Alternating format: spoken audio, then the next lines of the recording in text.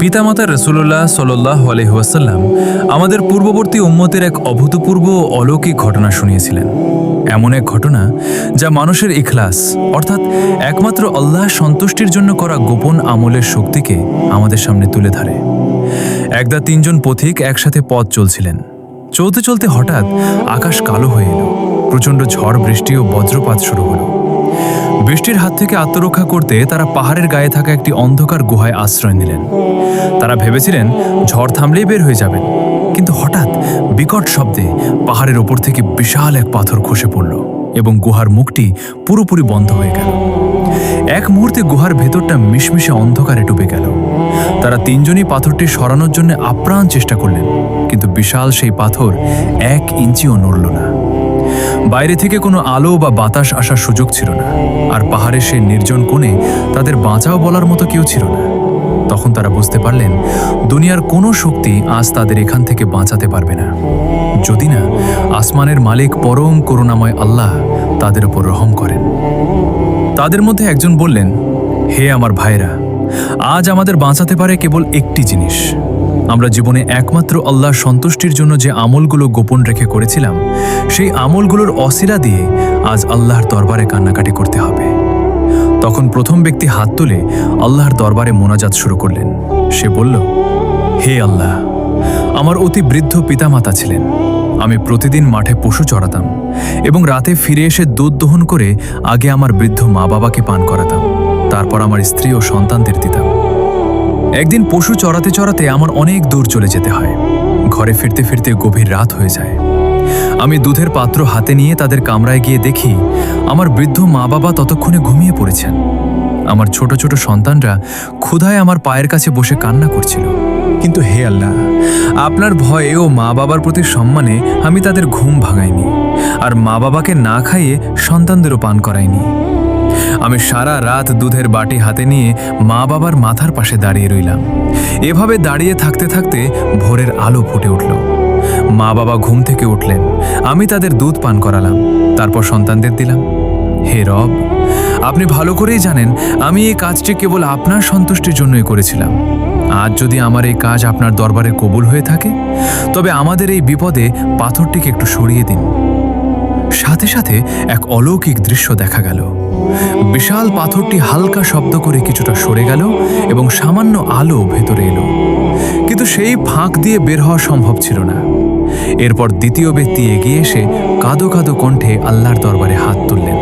সে বলল, হে আমার রব, আমার এক চাচাতো বোন ছিল যাকে আমি অন্ধের মতো ভালোবাসতাম। আমি তাকে পাওয়ার জন্য ব্যাকুল ছিলাম, কিন্তু সে আমাকে প্রত্যাখ্যান করেছিল। কিছুদিন পর সে চরম অভাব ও দুর্ভিক্ষে পড়ল। বাধ্য হয়ে সে সাহায্যের জন্য আমার কাছে এলো। আমি তাকে 120টি স্বর্ণমুদ্রা দেওয়ার প্রস্তাব দিলাম, তবে শর্ত ছিল তাকে আমার অনৈতিক বাসনা পূরণ করতে হবে। উপায়ের অন্ত না দেখে সে রাজি হলো। আমি যখন সব আয়োজন শেষ করে পাপাচারের একদম দ্বারপ্রান্তে পৌঁছালাম, ঠিক তখনই মেয়েটি ভয়ে কাঁপতে কাঁপতে বলল, হে আল্লাহর বান্দা, আল্লাহকে ভয় করো, অন্যায়ভাবে এই পর্দা উন্মোচন করো না। মেয়ের মুখে আল্লাহর ভয়ের কথা শুনে আমার শরীর শিউরে উঠল। আমি সঙ্গে সঙ্গে তাকে ছেড়ে দাঁড়িয়ে গেলাম। যে স্বর্ণমুদ্রাগুলো আমি তাকে দিয়েছিলাম তাও ফেরত নিলাম না। কেবল আপনার শাস্তির ভয়ে আমি আমার তীব্র কাম বাসনাকে বিসর্জন দিয়ে সেখান থেকে হেঁটে চলে গিয়েছিলাম। হে আল্লাহ, আপনি তো অন্তর্যামী। আপনি জানেন আমি কেবল আপনার ভয়েই ওই গুনাহ থেকে বেঁচেছিলাম। আজ যদি আমার সেই ত্যাগ আপনার কাছে পছন্দ হয়ে থাকে, তবে আমাদের ওপর থেকে এই পাথরটি আর একটু সরিয়ে দিন। মুহূর্তের মধ্যে বিকট এক শব্দে পাথরটি আরও খানিকটা সরে গেল। এবার গুহার ভেতরের অন্ধকার অনেকটাই দূর হলো, কিন্তু তখনও তিনজনের বের হওয়ার মতো পর্যাপ্ত জায়গা হলো না। অবশেষে তৃতীয় ব্যক্তি চোখের পানি ফেলে আল্লাহর দরবারে আকুতি জানানো শুরু করল। সে বলল, হে আল্লাহ, আমি একবার কিছু শ্রমিক নিয়ে কাজ করিয়েছিলাম।